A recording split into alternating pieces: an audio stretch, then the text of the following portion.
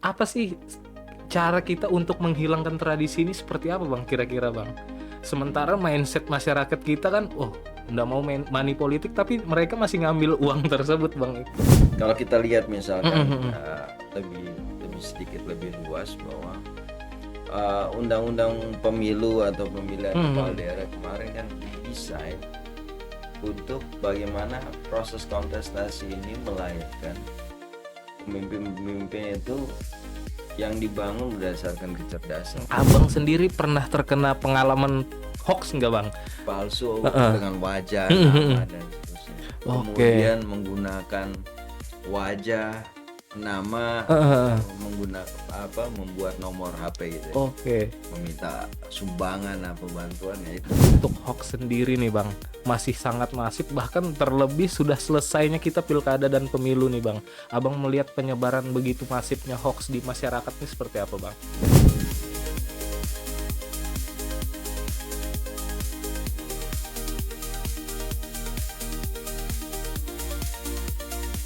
Assalamualaikum warahmatullahi wabarakatuh. Sobat Busama ID, balik lagi bersama saya Aditya Setiawan dalam program podcast Tea Time. Garapan Busama ID bekerja sama dengan Dinas Komunikasi dan Informatika Provinsi Kalimantan Timur. Kali ini Sobat Busama ID kita telah banyak nih membahas terkait hoax di masyarakat, hoax digitalisasi dan lain-lain. Kali ini kita kedatangan narsum yang berbeda. Beliau merupakan Ketua Bawaslu Provinsi Kalimantan Timur. Langsung saja kita sambut ini nih ya, Bang Hari Darmanto. Apa kabar Bang? Luar biasa baik. Oke, alhamdulillah. Bang, mungkin bisa diperkenalkan diri Abang lagi nih kepada Sobat Busama ID. Siapa tahu ada yang belum kenal kan Bang? Ini imiknya Oke, Sobat Busam. Sobat Busama ID Bang. Selamat pagi Sobat Busam, Sobat Busam ID. Assalamualaikum warahmatullahi wabarakatuh. Waalaikumsalam warahmatullahi Saya wabarakatuh. Ari Darmanto, Ketua Bawaslu Provinsi Kalimantan Timur.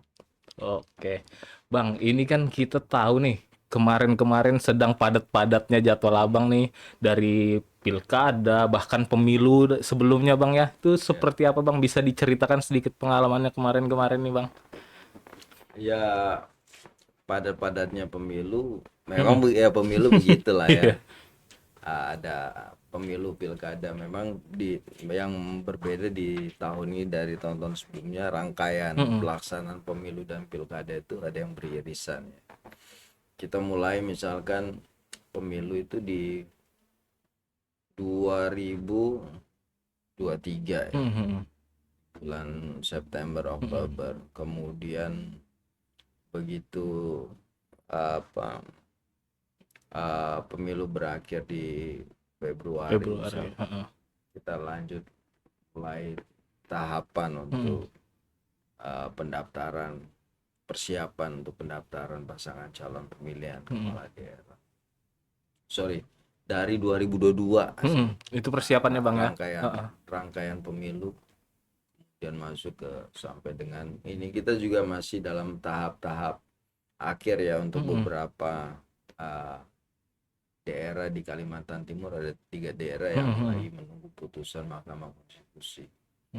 Nah, memang sebagaimana pelaksanaan pemilu pilkada sebelumnya ya, persoalan di tahapan ini banyak yang kemudian menyita perhatian publik ya. Ya, memang misalkan di awal-awal kita tahu soal ketertiban dalam penggunaan ruang publik ya. Betul.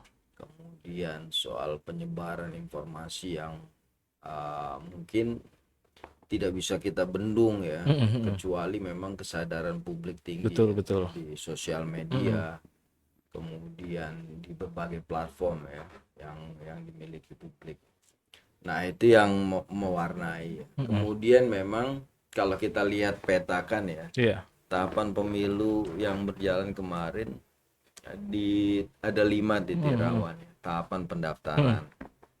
Tahapan pendaftaran, kalau kita misalkan mengerucut ke pilkada ini, tahapan pendaftaran soal verifikasi dukungan, kemudian keabsahan calon-calon yang didaftarkan oleh partai politik atau yang mendaftar secara perseorangan. Kemudian masuk ke fase rawan berikutnya itu di tahapan kampanye. Ya, tahapan kampanye pemilihan kepala daerah ini berbagai persoalan sih, soal isu berita bohong, Oke. kemudian soal penggunaan dana kampanye, Mm-mm. kemudian yang paling tren sih yang sering menjadi akrab di telinga kita soal money politik lah ya. Mm-mm.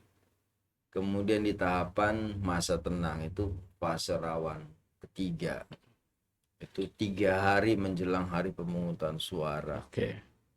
Nah, biasa isu yang muncul nih soal kemarin itu terkait dengan kampanye di masa tenang, Mm-mm. pembagian uang atau materi lainnya Mm-mm. kepada pemilih untuk mempengaruhi pemilih di masa tenang. Kemudian bagaimana distribusi logistik, Oke. pembentukan tempat pemungutan suara dan Mm-mm. kebutuhan surat suara.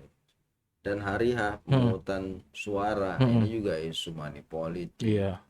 kemudian keterlibatan penyelenggara untuk memberikan dukungan dan Betul. sebagainya itu, Mm-mm. dan rekapitulasi Mm-mm. bagaimana proses penghitungan di pemungutan suara itu dilakukan Mm-mm. secara berjenjang, Mm-mm. dari setelah penghitungan di TPS lanjutkan kemudian rekapitulasi tingkat kecamatan, Mm-mm. kabupaten, kalau untuk pemilihan gubernur sampai dengan di tingkat provinsi. Nah, ini Mm-mm. lima lima masa rawan ya Mm-mm. dalam pelaksanaan baik pemilu ataupun pemilihan. Dan Oke. memang di 5 tahapan ini kemarin ya memang ada dinamikanya masing-masing Betul. gitu. Oke. Bang, berarti untuk tahapan dari dimulai memang rangkaian untuk pemilu, pilkada, bahkan pileg kemarin cukup panjang Bang ya. Panjang. Oke, dari Bawaslu sendiri Bang, tantangannya kemarin menghadapi pileg kan lumayan banyak nih. Ya. Dari pemilihan DPRD kota, provinsi, DPD RI, DPR RI bahkan dan presiden nih Bang. Itu tantangan dari Bawaslu sendiri untuk, ya kita tahulah terkait tema kita juga hari ini kan Bang, hoax di antara politik tuh banyak sekali bertebaran Bang. Banyak. Misalnya nanti ada kasus di Samarinda seberang, misalnya ada money politik, ada serangan pajar, padahal kan belum tentu kebenarannya. Iya. Dari Bawaslu sendiri tuh melihat itu seperti apa Nah, Bang? kalau dalam ini mungkin candaan anak Mm, mm, mm. pembuktian itu merubah gosip jadi fakta. Oke, bener. Ya, jadi memang uh, alat pisau analisis kami di penyelenggara pemilu untuk melihat isu yang berkembang adalah alat bukti, pembuktian, proses pembuktian. Nah, memang boleh jadi banyak peristiwa yang itu Oke. ditemukan di masyarakat dan itu benar adanya, tapi oleh karena pada saat peristiwa itu muncul ke publik tidak pernah ada yang mau menjadi pelapor, Oke. menjadi saksi. Akhirnya peristiwa itu ya peristiwa yang secara sosial memang terjadi, tapi Iya, dari sisi hukum itu masih dianggap belum bisa dinilai. seperti gosip belaka aja Ya, bahkan jadi Bang ya. akhirnya jadi gosip. Nah, itu problem pada saat proses penyelenggaraan pemilu kemarin. Banyak orang misalkan menyampaikan informasi di kanal-kanal Media platform sosial sosial. media kita, kemudian melalui jalur pribadi, wah ada peristiwa ini dan Iya, betul. seterusnya. Tapi kemudian ketika kita tanya atau pengawas kami ke lapangan, ke titik tempat peristiwa itu terjadi, banyak yang bercerita soal Oke. tadi ada ini, ada itu dan sebagainya. Ada orang dengan pakaian tertentu membawa membagikan sesuatu.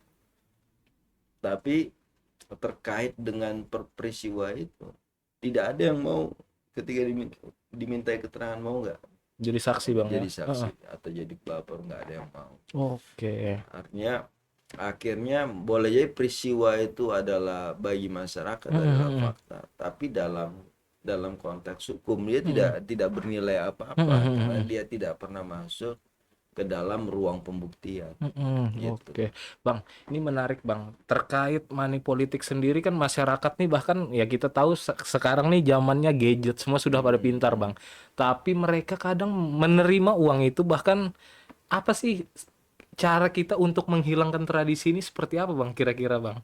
Sementara mindset masyarakat kita kan, oh nggak mau main money politik, tapi mereka masih ngambil uang tersebut Bang. Iya, kalau kami di Bawaslu kan Heeh.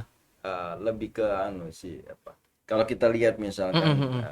lebih lebih sedikit lebih luas bahwa undang-undang pemilu atau pemilihan kepala Mm-mm. daerah kemarin kan didesain untuk bagaimana proses kontestasi ini melahirkan pemimpin-pemimpin itu yang dibangun berdasarkan kecerdasan. Mm-mm. Makanya ada namanya pemidanaan terhadap pembuatan berita Iya, bohong betul. atau penyebaran berita bohong. Mm-mm. Ada pemidanaan terhadap perbuatan memberikan uang atau materi lain. Mm-mm. Ada pemidanaan terhadap penggerakan Mm-mm. pejabat Mm-mm. negara atau. Nah, apa yang boleh? Yang boleh adalah penggunaan mengkapitalisasi pengetahuan, visi, Oke. misi, Mm-mm. dan program kerja kepada publik. Nah, kalau lihat desain undang-undangnya menghendaki kontestasi kita itu dibangun berdasarkan eh, performa si Mm-mm. calon dari Oke. sisi visi dan misi dan program Mm-mm. kerjanya. Nah, tapi kemudian eh, muncul berbagai apa gaya atau Oke. cara untuk memenangkan pemilu. Misalkan Mm-mm. di Kaltim ini ada 55 kursi DPR Benar. provinsi. Heeh. Calon yang bertarung kemarin 788. Iya, banyak banget bang. Heeh. Kemudian di kabupaten kota seluruh Kaltim 330 Mm. kursi lah. Mm. Ya 10 kabupaten 10. kota. Heeh. Itu calonnya itu ada 3.800-an. Oke. Heeh. Heeh. Nah, di ruang yang diperebutkan yang begitu terbatas Mm-mm. dengan jumlah Yang sangat pesaing banyak. yang Heeh. banyak, itu kan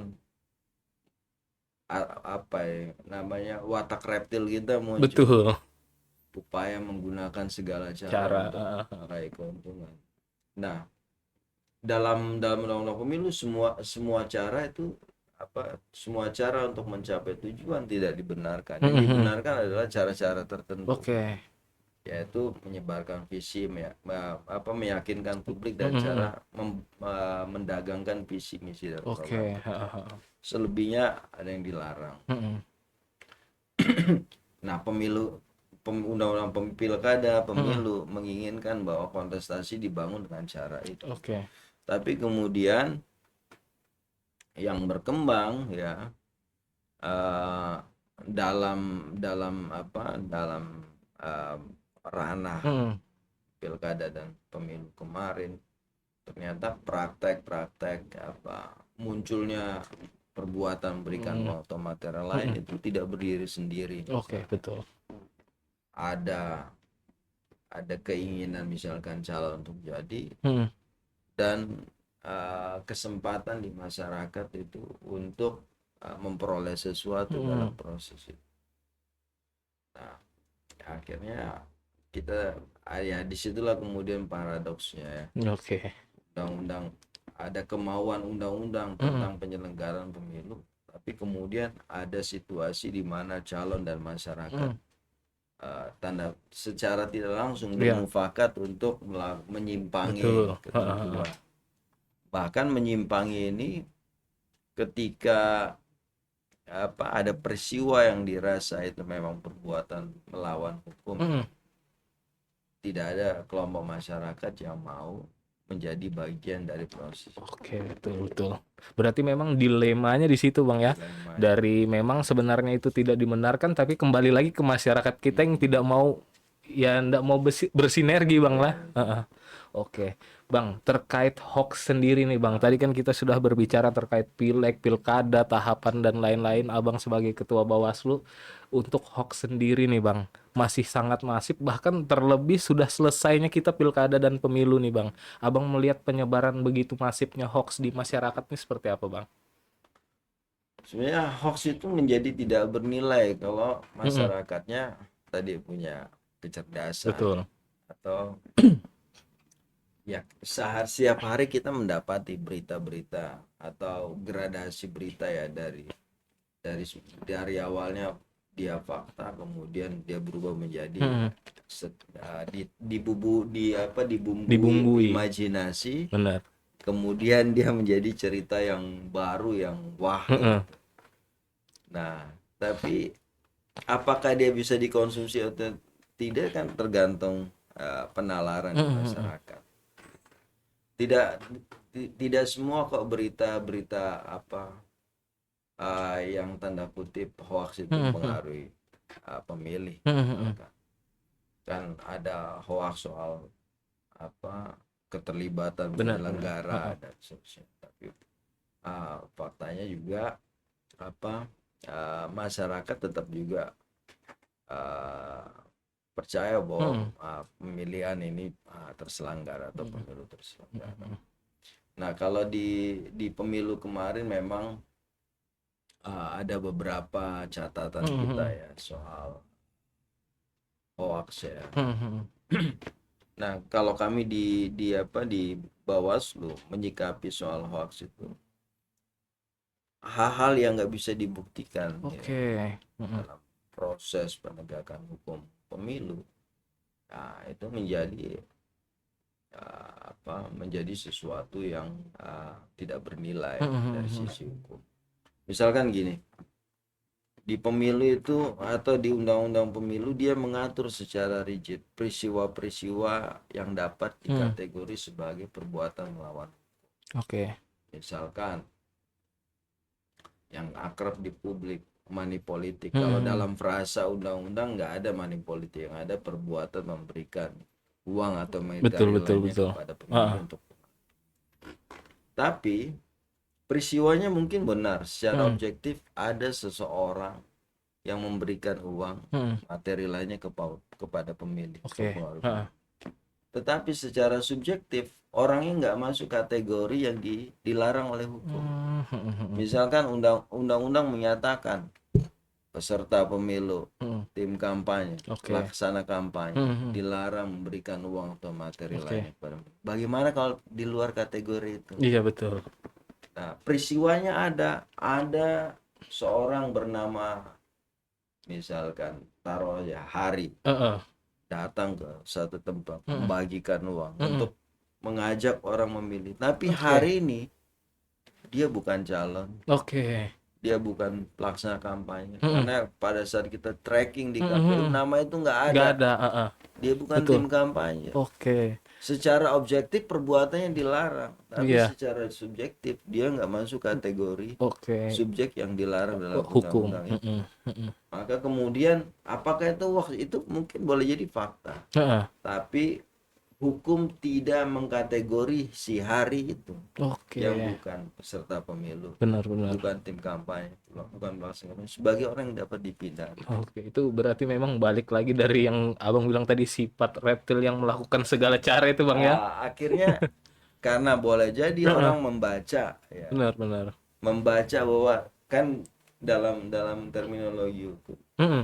ketika dia berubah menjadi peraturan dia menjadi batasan, Benar. menjadi Heeh. terbatas gitu. Karena dia sudah dituangkan sedemikian rupa ketentuannya Heeh. adalah subjeknya ini yang dapat dipidana. Heeh. Kemudian perbuatannya ini yang dapat dikategori sebagai pelanggaran. Maka di luar dari subjek itu. Heeh. Betul, betul. Gitu. Benar. Nah, untungnya Heeh. ya Mahkamah Konstitusi baru-baru ini membuat putusan Oke. kan Heeh. mengembangkan subjek pidana. Dulu pejabat daerah nggak masuk, pejabat daerah itu Oke. kayak anggota DPR Heeh. atau apa namanya ASN Iya, iya. yang menduduki jabatan, perbuatannya dilarang. Heeh. Tapi ketika kita cari ke pasal tentang Heeh. pemidanaan, oh nggak masuk Nggak masuk subjek bang ya. ini. Heeh. Heeh. Nah, termasuk polisi, TNI Polri. Heeh. Jadi MK kemudian membuat satu putusan Oke. memperluas Heeh. subjek pemidanaan terhadap perbuatan menguntungkan salah satu calon. Oke. Nah, akhirnya jadi pejabat daerah, TNI, Polri, kepala desa itu juga dapat dipidana Oke. dengan perluasan subjek hukum di putusan MK. Oke. Nah, ke depan menjadi akan semakin ini Heeh. menarik. Tapi memang beberapa memang kritik kita atau banyak yang melakukan kritis ya, Iya. menyampaikan pikiran kritis terhadap beberapa norma di baik undang-undang pemilu dan pilkada ini terkait ternyata secara objektif kita menginginkan pemilu yang bersih dari praktek politik. Tapi ketentuannya subjek-subjeknya juga ternyata terlalu terbatas. Oke. Dalam perkembangannya orang bisa menari-nari di atas keterbatasan norma hukum itu. Oke, siap. Oke, Sobat Bersama ID, panjang nih, panjang, lebar, dan berisi banget nih penjelasan dari Bang Hari sebagai Ketua Bawaslu Kaltim. Bang, silakan sambil diminum, iya. Bang. Boleh sambil diminum. Untung gelasnya transparan jadi ketahuan memang ada tehnya. Bener. Biasa kan gimmick, Bang, kalau orang kan gelas. Oke, Bang. Ini kan tadi kita sudah banyak banget Abang menceritakan terkait tahapan, bahkan hoax sekalipun di dalam penyelenggaraan pemilu, Bang. Bawaslu sendiri kan, Bang, ini merupakan salah satu bagian dari penyelenggara pemilu, Bang, ya. Iya. Abang sendiri pernah terkena pengalaman hoax nggak, Bang? Abang sendiri nih pernah nggak diberitakan seorang ketua Bawaslu dan lain, pernah nggak, Bang? Enggak, Mungkin bisa diceritakan nih, Bang. yang ada orang membuat apa ya, akun ya, Oke. Oh, akun palsu, Bang, ya. akun palsu dengan wajah, nama dan seterusnya. Oke. Kemudian menggunakan wajah, nama, membuat nomor HP gitu ya. Oke. Meminta sumbangan apa bantuan ya, itu yang ada. Oke, berarti Bang Hari sendiri pernah terkena hal-hal seperti itu, Bang, ya. Nah, Bang, kan kita tahu memang hoax ini begitu masifnya di masyarakat, bahkan dari lingkup terkecil grup WA keluarga nih, Bang. Banyak kejadian yang sudah lama bahkan di-up kembali di grup keluarga tuh. Oh, ini masih baru nih. Abang melihat fenomena seperti ini tuh gimana, Bang? Iya, terkait Pandangan Abang. misalkan yang kegiatan kampanye melibatkan pejabat, Bener. ternyata banyak foto-foto yang diberikan itu foto-foto pemilu dalam peristiwa ini Bener, bener. pilkada. Ya, itu juga. Tapi itu tadi kembali bahwa pembuktian lah yang merubah kedudukan Dari hoax ini menjadi fakta, Bang, ya. sebuah cerita, apakah dia hoax atau dia adalah fakta. Bener. Nah, akhirnya instrumen hukum ini seharusnya menjadi instrumen publik untuk Oke. menilai. Misalkan ada informasi yang berkembang, ya kalau di media-media terkini kan mulai mengembangkan satu kanal tentang cek fakta. Bener, Ya. itu. Nah, sebenarnya prinsip berpikir hukum pembuktian dengan cek fakta yang mirip gitu. Bahwa fakta itu satu rangkaian cerita yang bisa dibuktikan kebenarannya. Itu juga dalam hukum fakta itu satu rangkaian cerita tentang satu peristiwa yang lewat proses pembuktian. Pembuktiannya lewat apa? Ada saksi. Bener. Ya kan. Bahwa peristiwa itu pasti diketahui oleh lebih dari satu orang. Benar. Kemudian apa alat bukti lain? Kalau dalam hukum itu ada alat bukti surat, kemudian alat bukti ahli, kemudian tunjuk ada keterangan yang bersangkutan. Oke. Si pelaku. Jadi kalau keterangan itu berdiri sendiri dan kemudian tidak bisa tidak dibuktikan, tidak melalui proses pembuktian, maka keterangan itu yang kemudian menjadi keterangan yang palsu atau bohong atau misinformasi. Oke, Bang, ini terkait hoax sendiri, Bang, ya. Ini Abang melihat peran serta media nih, Bang, dalam hoax ini seperti apa? Bahkan ada media yang memproduksi hoax itu sendiri, Bang. Abang melihat tuh seperti apa sih media ini harusnya bekerja, Bang? Iya. Dari tanggapan Abang nih, pandangannya. Kan apa ya, kalau dalam pandangan saya tadi saya nggak ya sebagai pengguna juga penikmat Benar. media. Ya. Media ini kan dia punya peran penting dalam meningkatkan kualitas pendidikan publik. Gitu.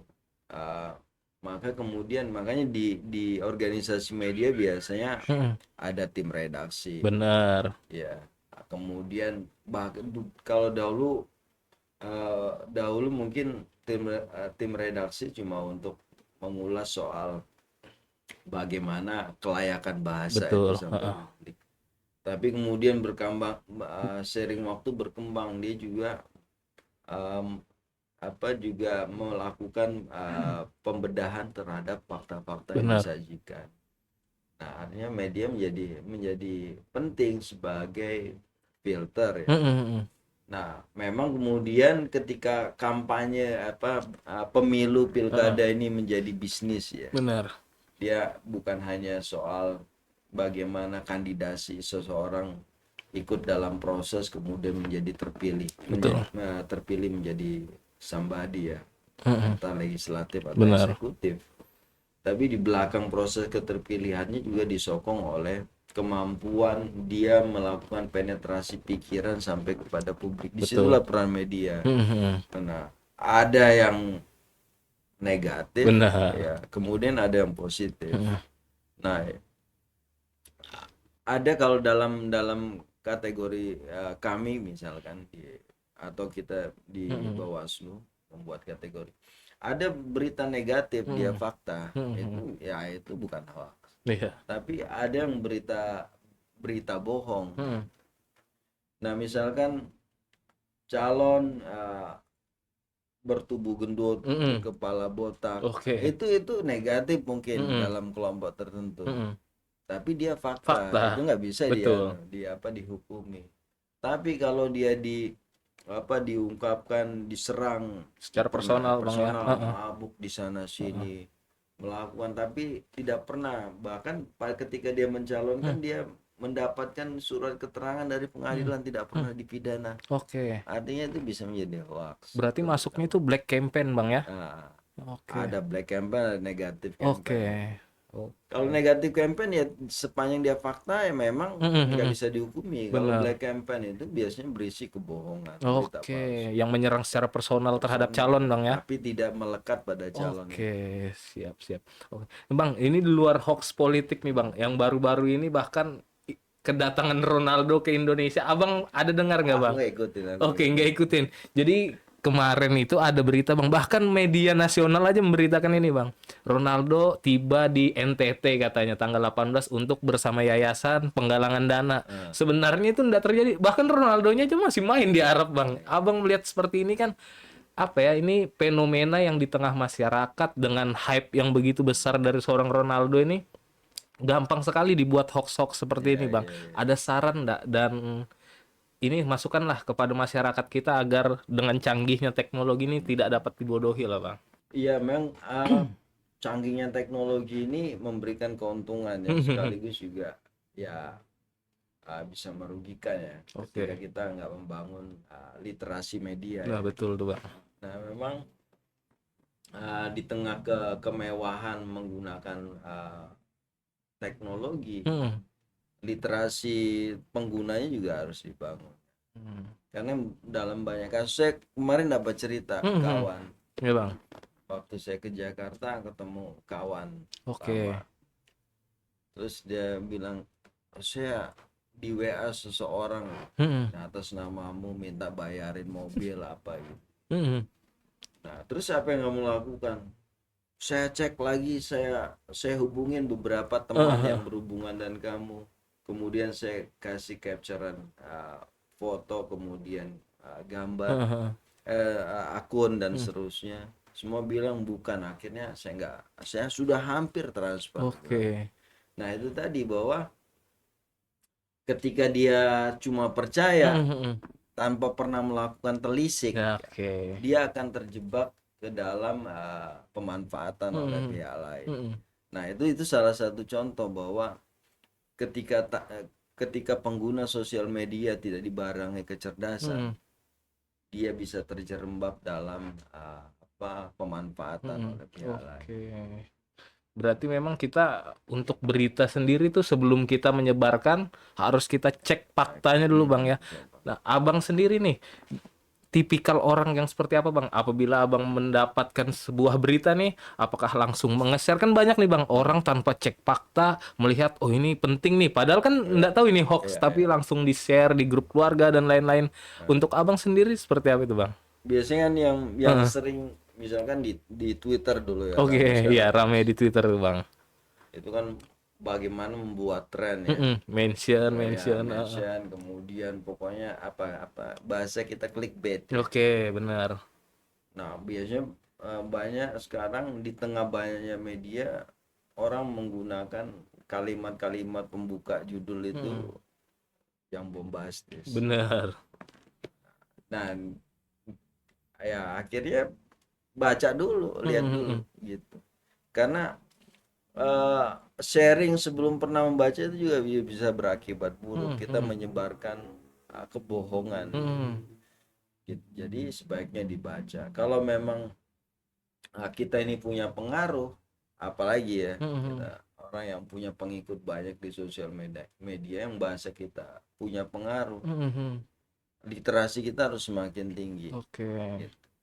Karena sebaran informasi yang kita lakukan itu bisa mempengaruhi banyak orang. Makanya semakin banyak jangkauan kita itu semakin baik harusnya literasi kita. Karena dampaknya bisa berbahaya kalau tidak dibarengi dengan literasi yang baik. Jadi yang saya lakukan pasti membaca. Kalau tidak perlu ya nggak usah disebar.